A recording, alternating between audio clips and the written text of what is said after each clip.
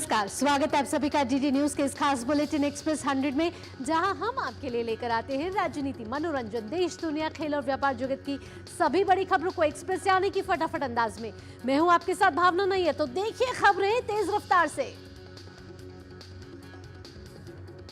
प्रधानमंत्री आज सुबह करीब 10:30 बजे वीडियो कॉन्फ्रेंसिंग के माध्यम से केंद्र सरकार के विभागों और संगठनों में नवनियुक्त भर्तियों के लिए 71,000 से अधिक नियुक्ति पत्रों का वितरण करेंगे। प्रधानमंत्री सुबह 10:30 बजे देश भर में एक साथ 45 जगहों पर आयोजित कार्यक्रमों में वीडियो कॉन्फ्रेंस के जरिए जुड़ेंगे। इस अवसर पर प्रधानमंत्री मोदी युवाओं को संबोधित भी करेंगे।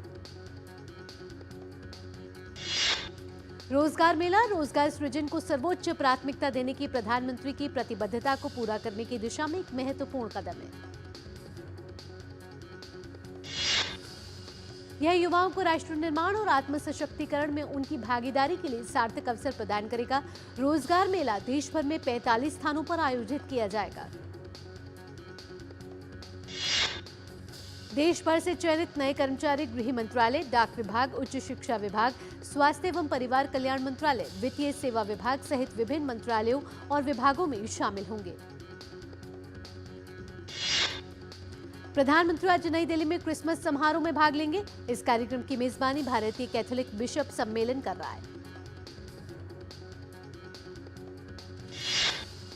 प्रधानमंत्री कार्डिनल्स, बिशप और चर्च के मुख्य सदस्यों सहित ईसाई समुदाय के प्रमुख नेताओं के साथ बातचीत करेंगे। ये पहली बार है जब प्रधानमंत्री देश के कैथोलिक चर्च के मुख्यालयों के इस प्रकार के कार्यक्रम में हिस्सा लेंगे। प्रधानमंत्री नरेंद्र मोदी कुवैत की 2 दिवसीय सफल यात्रा के बाद कल शाम स्वदेश लौटे। पीएम की यात्रा के दौरान दोनों देशों ने संबंधों को और मजबूत करते हुए रणनीतिक साझेदारी पर सहमति जताई। दोनों देशों के बीच रक्षा, व्यापार, ऊर्जा और खेल के व्यापक क्षेत्र में द्विपक्षीय सहयोग को नियमित बनाने के लिए एक समझौता ज्ञापन पर हस्ताक्षर हुए। कुवैत ने प्रधानमंत्री नरेंद्र मोदी को अपने सर्वोच्च सम्मान the order of Mubarak Al Kabeer से सम्मानित किया। The order of Mubarak Al Kabeer Kuwait का एक विशेष नाइटहुड सम्मान है। यह प्रधानमंत्री मोदी को किसी देश द्वारा दिया गया 20वां अंतर्राष्ट्रीय सम्मान है। कार्मिक, लोक शिकायत और पेंशन राज्य मंत्री डॉक्टर जितेंद्र सिंह आज नई दिल्ली में सुशासन से क्रियाकलापों पर राष्ट्रीय कार्यशाला का उद्घाटन करेंगे। डॉक्टर जितेंद्र सिंह स्वच्छता अभियान 4.0 की मूल्यांकन रिपोर्ट जारी करने के साथ साथ सर्वोत्तम क्रियाकलाप पर एक प्रदर्शनी का भी उद्घाटन करेंगे। केरल दौरे पर गए केंद्रीय मंत्री मनोहर लाल आज कोच्चि में रहेंगे, जहां वो जल मेट्रो सेवाओं के कामकाज की समीक्षा करेंगे। इससे पहले कल तिरुवनंतपुरम में मनोहर लाल ने विद्युत तथा शहरी मामलों की विभिन्न परियोजनाओं की समीक्षा की थी। उत्तर प्रदेश के प्रयागराज में आयोजित होने वाले महाकुंभ की तैयारियां जारी। मुख्यमंत्री योगी आदित्यनाथ आज तैयारियों की करेंगे समीक्षा। मुख्यमंत्री सबसे पहले टेंट सिटी के साथ मेला सर्किट हाउस का निरीक्षण करेंगे। बाद में गंगा घाट पर पूजा अर्चना और स्वच्छता आरती का शुभारंभ भी करेंगे। योगी आदित्यनाथ मेला प्राधिकरण सभागार में कार्यों की समीक्षा करेंगे। साथ ही प्रयागराज रेलवे जंक्शन का निरीक्षण भी करेंगे। इस दौरान योगी आदित्यनाथ निर्माण कार्यों को भी परखेंगे। महाकुंभ अगले साल 13 जनवरी से 26 फरवरी तक प्रयागराज में होगा। महाकुंभ के लिए साधु संतों का प्रयागराज पहुंचना शुरू हो चुका है। श्री पंचदशनाम आह्वान अखाड़े ने शाही अंदाज में महाकुंभ क्षेत्र में अपनी छावनी में प्रवेश किया। घोड़े, रथ और बगियों पर सवार होकर ढोल, नगाड़े और शंख की विजय ध्वनि के साथ संत छावनी तक पहुंचे। अगले साल 13 जनवरी से 26 फरवरी तक चलेगा आस्था का महाकुंभ। असम के मुख्यमंत्री हेमंत बिस्वा शर्मा ने कहा कि 2026 तक राज्य से बाल विवाह को कर दिया जाएगा समाप्त। सीएम ने साथ ही कहा कि निजुत मोइना योजना बालिकाओं के बेहतर भविष्य का निर्माण करने में अहम भूमिका निभाएगी।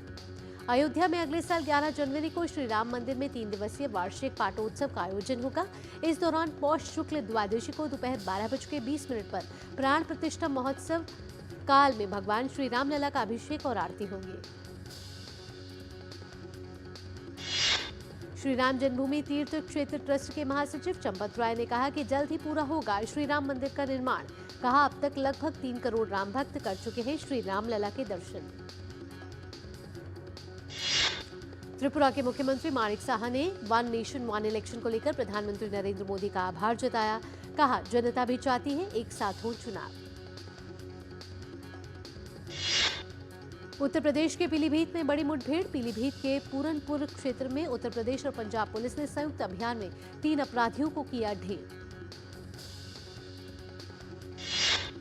एनकाउंटर में मारे गए अपराधियों ने गुरदासपुर चौकी में ग्रेनाइड से हमला किया था।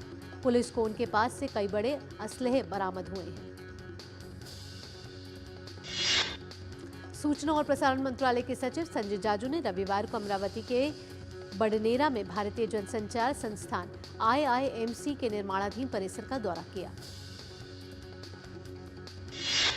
संजय जाजू ने विश्वास जताया कि यह संस्थान छात्रों, पत्रकारों और मीडिया क्षेत्र में काम करने वाले अधिकारियों के लिए मददगार साबित होगा। नई दिल्ली के इंडिया गेट में 3.5 करोड़ रुपए से ज्यादा की रिकॉर्ड बिक्री के साथ 22वां दिव्य कला मेला संपन्न हुआ। इस अवसर पर प्रतिभाशाली दिव्यांगजन और दिव्य कला मेले के स्टॉल संचालकों को सम्मानित किया गया। इस दौरान दिव्यांगजन द्वारा सांस्कृतिक कार्यक्रमों की प्रस्तुतियां भी दी गई। दिव्यांगजन के समुचित विकास और आर्थिक सशक्तिकरण के उद्देश्य से नेशनल दिव्यांग फाइनेंस एंड डेवलपमेंट कॉर्पोरेशन की एप्लीकेशन भी लॉन्च की गई।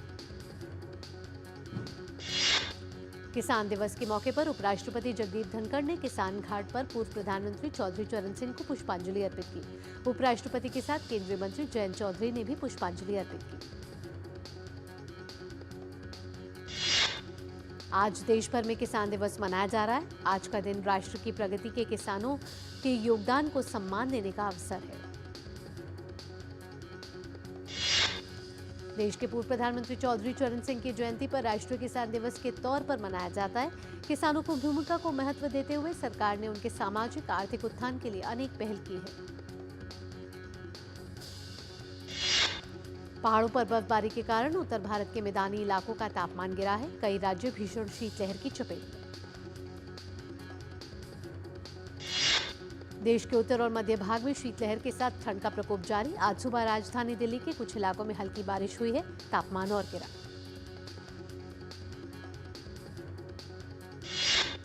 उत्तर भारत के बड़े हिस्से में छाई घने कोहरे की चाहत है। दृश्यता कम होने से वाहनों की रफ्तार पर पड़ा असर। सामान्य जनजीवन प्रभावित। मौसम विभाग ने अगले कई दिन तक जम्मू कश्मीर और हिमाचल प्रदेश में शीतलहर चलने की संभावना जताई। हिमाचल प्रदेश में अगले 3 दिन तक शीतलहर का ऑरेंज अलर्ट जारी। दिल्ली का वायु गुणवत्ता सूचकांक की गंभीर श्रेणी में बरकरार। राजधानी के कई इलाकों में AQI 400 के पार दर्ज। दिल्ली में आज सबसे अधिक AQI 475 बवाना में दर्ज किया गया।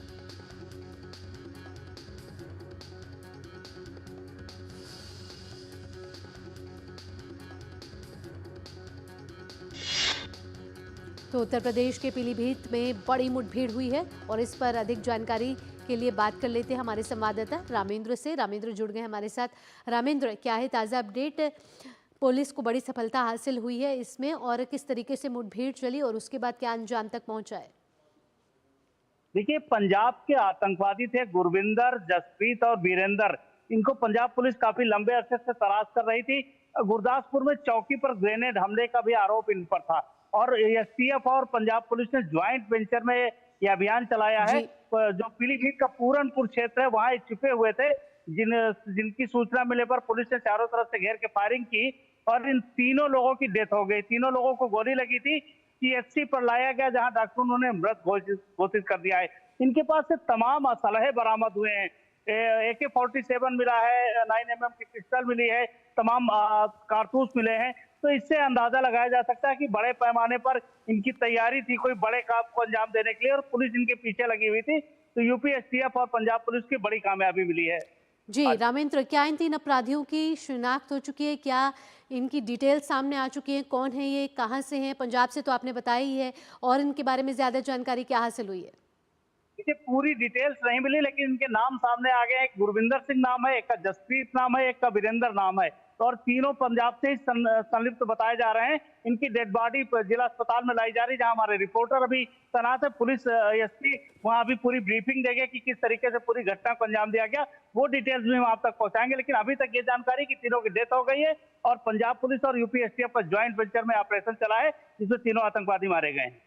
जी, इन अपराधियों का क्या क्रिमिनल रिकॉर्ड है? किस इवेंट में ये संलिप्त थे? कहाँ उन्होंने क्या घटना ऐसी करी थी जिसके बाद पंजाब पुलिस और उत्तर प्रदेश की पुलिस ने संयुक्त अभियान चलाया? देखिए पंजाब में इनके कई आपराधिक रिकॉर्ड हैं, लेकिन बड़ी घटना जो है गुरदासपुर की जो पुलिस चौक थी उस पर इन्होंने ग्रेनेड से हमला किया था, जिसके बाद पुलिस इनके पीछे लगी हुई थी। इसके अलावा भी कई आपराधिक रिकॉर्ड हैं जो भी डिटेल्स आएगा। और वो पंजाब पुलिस लगातार यूपी पुलिस के संपर्क में थी। जब पता लगा कि पीलीभीत में जाकर छिपे हैं तो यूपी पुलिस के संपर्क में थे और यूपी पुलिस को जानकारी दी गई, एसटीएफ को लगाया गया और ज्वाइंट अभियान है जो पूरनपुर क्षेत्र जो जंगल का है।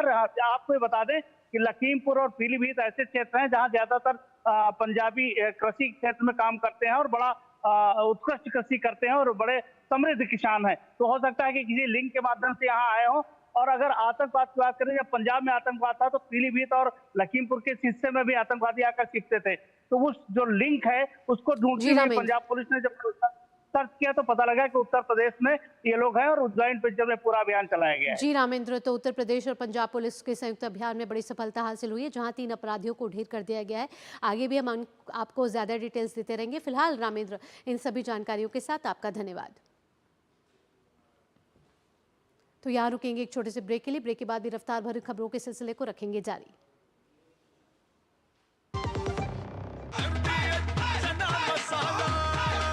अब छोलिया हो या लोबिया, सफेद चने या काले चने, सब कुछ मजेदार बने। This is no ordinary sky. This is where legends are born. Clear to space transition. Roger. Re-engaging heat. In the vast expanse above, the Indian Air Force reigns. Unseen, unstoppable, unmatched. Join the Indian Air Force to be a cut above. जब धरती चीर कर निकलता है लोहे का पत्थर और मिलता है मोंगिया के जोश से, फिर तपता है, पिघलता है और बनता है फौलाद। अब होता है सरिया सारी खूबियों के साथ। मोंगिया स्टील, मजबूत देश का मजबूत सरिया। MDH की देगी मिर्च, देगी मिर्च का तड़का, अंग अंग फड़का। MDH की देगी मिर्च। ब्रेक के बाद आपका स्वागत है। आप देख रहे हैं एक्सप्रेस 100। रफ्तार भरी खबरों के सिलसिले को बढ़ाते हैं आगे। स्वच्छता अभियान पर सरकार के जोर ने कचरा रिसाइकिल उद्योग को नई रफ्तार दी है। उद्योग से जुड़ी कंपनियां कचरा रिसाइकिल क्षमता बढ़ाने के लिए नई तकनीकों पर कर रही हैं भारी निवेश। कचरा रिसाइकलिंग उद्योग में आगे बढ़ने की हैं अपार संभावनाएं। इस उद्योग का आकार 2030 तक बढ़कर 3 लाख करोड़ रुपए होने का अनुमान। कचरा रिसाइकलिंग उद्योग के विस्तार से बड़ी संख्या में होगा रोजगार सृजन। उद्योग में 2030 तक 11 लाख से अधिक लोगों को काम देने की है क्षमता। सेबी ने PNB MetLife India insurance company के इक्विटी डीलर सचिन बकुल दगली और 8 अन्य लोगों संस्थानों से जुड़े एक फ्रंट रनिंग मामले का भंडाफोड़ किया। सेबी ने पीएनबी मेटलाइफ इंडिया इंश्योरेंस पर बाजार में कारोबार करने पर प्रतिबंध लगाने के साथ लोगों से अवैध तरीके से कमाए गए 21.16 करोड़ रुपए लौटाने का निर्देश दिया। राष्ट्रीय उपभोक्ता दिवस के मौके पर सरकार डिजिटल मार्केट प्लेस को ग्राहकों के लिए अधिक सुरक्षित बनाने के लिए जागो ग्राहक जागो ऐप, जागृति ऐप और जागृति डैशबोर्ड ऐप लॉन्च करेगी। खाद्य और सार्वजनिक वितरण मंत्रालय के तहत आने वाले उपभोक्ता मामलों के विभाग की ओर से कहा गया है कि विभाग की इस पहल का उद्देश्य एक पारदर्शी और निष्पक्ष डिजिटल मार्केट प्लेस बनाना है। गल्फ कॉरपोरेशन काउंसिल जीसीसी देशों द्वारा भारत में किए जाने वाले निवेश में बीते 1 दशक में बड़ा उछाल देखने को मिला। DPIIT के मुताबिक अप्रैल 2000 से लेकर सितंबर 2024 के बीच GCC देशों द्वारा भारत में 27.5 अरब डॉलर का निवेश किया गया। इसमें 24.5 अरब डॉलर यानी कि 89% का निवेश तो बीते 10 वर्षों में आया। केंद्र सरकार के आर्थिक सुधारों के कारण भारत में प्रत्यक्ष विदेशी निवेश पिछले 10 वर्षों में तेजी से बढ़ा है और इस दौरान 600 अरब डॉलर से ज्यादा का FDI देश में आया। DPIIT और RBI के आंकड़ों के अनुसार देश में 1991 के निजीकरण के बाद से जून 2024 तक कुल 1059 अरब डॉलर का FDI आया है। KYC के दुरुपयोग से बचने के लिए सरकार 20 जनवरी से नई प्रणाली करेगी launch. Central know your customer यानी कि CKYC के तहत आधार, पैन, मतदाता पहचान पत्र, ड्राइविंग लाइसेंस आदि के अंतिम 4 अंक ही संबंधित संस्थान लिख पाएगा। काउंसिल फॉर लेदर एक्सपोर्ट के अनुसार चालू वित्त वर्ष में देश का चमड़ा और फुटवेयर निर्यात 12% बढ़कर 5.3 अरब डॉलर तक पहुंचने का अनुमान। वित्त वर्ष 2023-24 में सरकारी कंपनियों के मुनाफे में तेजी देखने को मिली। केंद्रीय सार्वजनिक क्षेत्र के उद्यमों का कुल शुद्ध लाभ सालाना आधार पर 47% बढ़कर 3 लाख करोड़ रुपए से अधिक हो गया है। विदेशी निवेशकों ने भारतीय शेयर बाजार में शानदार वापसी की है। विदेशी निवेशकों ने दिसंबर में अब तक भारतीय पूंजी बाजार में 26,000 करोड़ रुपए से अधिक का निवेश किया है। डिपॉजिटरी के आंकड़ों के अनुसार विदेशी पोर्टफोलियो निवेशकों ने भारतीय इक्विटी बाजारों में 21,789 करोड़ रुपए और साथ ही ऋण बाजार में 4,646 करोड़ रुपए का निवेश किया। इससे भारतीय पूंजी बाजार में कुल शुद्ध निवेश 26,435 करोड़ रुपए हुआ।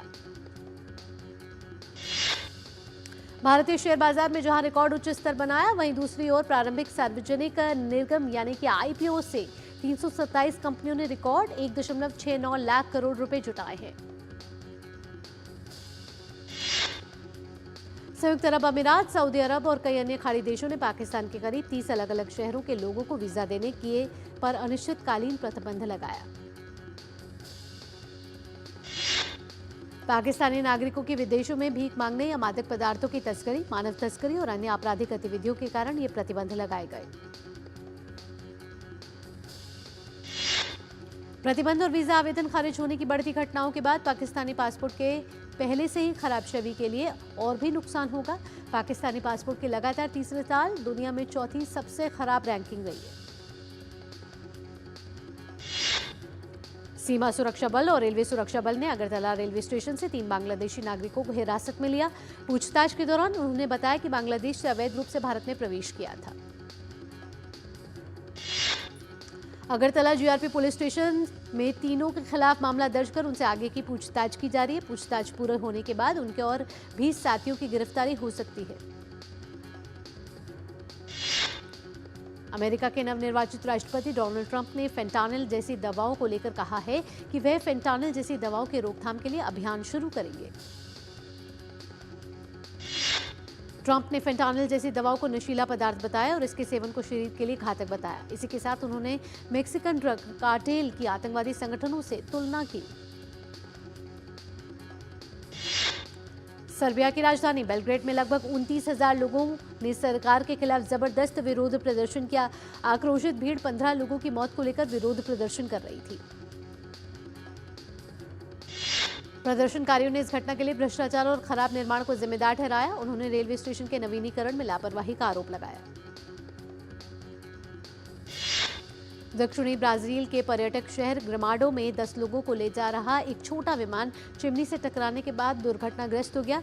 इसमें पायलट समेत एक ही परिवार के सभी 9 सदस्य मारे गए। विमान कथित तौर पर पहले की इमारत की चिमनी से टकराया, फिर एक घर की दूसरी मंजिल को तोड़ते हुए एक फर्नीचर की दुकान में दुर्घटनाग्रस्त हो गया, जिसमें 1 दर्जन से ज्यादा लोग घायल हो गए। प्रधानमंत्री नरेंद्र मोदी ने क्रिकेट खिलाड़ी रविचंद्रन अश्विन को एक भावनात्मक खुला पत्र लिखकर क्रिकेट और देश के प्रति उनके अनुकरणीय योगदान के लिए उनको धन्यवाद दिया है। अश्विन ने 18 दिसंबर को अंतर्राष्ट्रीय क्रिकेट से संन्यास लेने की घोषणा की थी। प्रधानमंत्री मोदी ने अपने पत्र में अश्विन की संन्यास लेने की घोषणा को कैरम बॉल बताया। भारतीय महिला क्रिकेट टीम ने वेस्टइंडीज के खिलाफ 3 मैचों की वनडे सीरीज के पहले मुकाबले को 211 रन से अपने नाम कर लिया। वेस्टइंडीज के खिलाफ जीत के साथ ही भारत ने सीरीज में 1-0 की बढ़त हासिल कर ली। मैच में भारत ने पहले बल्लेबाजी करते हुए 9 विकेट पर 314 रन बनाए, जिसे वेस्टइंडीज की हासिल नहीं कर पाई। भारत के लिए स्मृति मंधाना ने 91 रन की शानदार पारी खेली। इनके अलावा हरलीन देओल ने 44, प्रतिका रावल ने 40, कप्तान हरमनप्रीत कौर ने 34 और जेमिमा रॉड्रिग्स ने 31 रन बनाए। अनाहत सिंह ने वेस्टर्न इंडिया स्लैम स्क्वॉश का खिताब अपने नाम कर लिया है। प्रतियोगिता के महिला एकल वर्ग के फाइनल में अनाहत ने अपने हमवतन आकांक्षा सालुखे को 11-8, 11-8, 11-8 से हराकर खिताब पर कब्जा जमाया। खो खो वर्ल्ड कप 2025 का खेल प्रशंसक स्टेडियम में मुफ्त आनंद उठा सकेंगे। नई दिल्ली और नोएडा में होने वाले मैचों के लिए प्रशंसकों को स्टेडियम में जाने के लिए कोई टिकट नहीं लेना पड़ेगा। भारत को अगले साल होने वाले जूनियर निशानेबाजी विश्व चैंप कप की मेजबानी मिली है। सीनियर विश्व कप और विश्व कप फाइनल के बाद यह हाल के दिनों में देश का तीसरा शीर्ष अंतर्राष्ट्रीय निशानेबाजी खेल महासंघ का टूर्नामेंट होगा। जूनियर निशानेबाजी विश्व कप में राइफल, पिस्टल और शॉटगन की प्रतियोगिता आयोजित की जाएगी। इंग्लैंड के टेस्ट कप्तान बेन स्टोक्स अगले साल पाकिस्तान में होने वाले चैंपियंस ट्रॉफी और भारत दौरे से बाहर रहेंगे। दरअसल दिसंबर महीने की शुरुआत में हैमिल्टन में न्यूजीलैंड के खिलाफ खेले गए तीसरे टेस्ट के दौरान बाएं हैमस्ट्रिंग की चोट के बाद स्टार ऑलराउंडर को किसी भी असाइनमेंट से बाहर रखा गया है। प्रीमियर लीग में एवर्टन और चेल्सी के बीच खेला गया मुकाबला गोल रहित ड्रॉ पर समाप्त हुआ। दोनों टीमों के बीच इस मैच में कड़ी टक्कर देखने को मिली। हालांकि कोई भी टीम गोल करने में असफल रही और मैच 0-0 की बराबरी से समाप्त हुआ। एक्सप्रेस 100 में वक्त तो चला एक और छोटी सी ब्रेक का। ब्रेक के बाद भी रफ्तार भरी खबरों के सिलसिले को रखेंगे यूं ही जारी। आप देखते रहिए डीडी न्यूज। बढ़िया है, प्राकृतिक हल्दी, मिर्ची, धनिया। नहीं, मिर्ची, धनिया, हल्दी, MDH।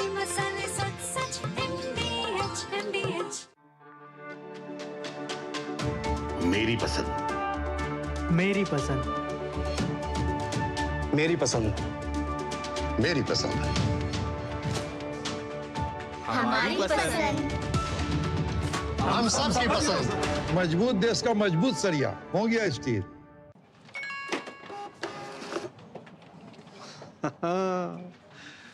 मान लो आपके बॉस का मैसेज आए कि इमरजेंसी है, अभी का अभी गिफ्ट कार्ड और वाउचर खरीद के पर्सनल मेल पर भेजो। क्या करोगे?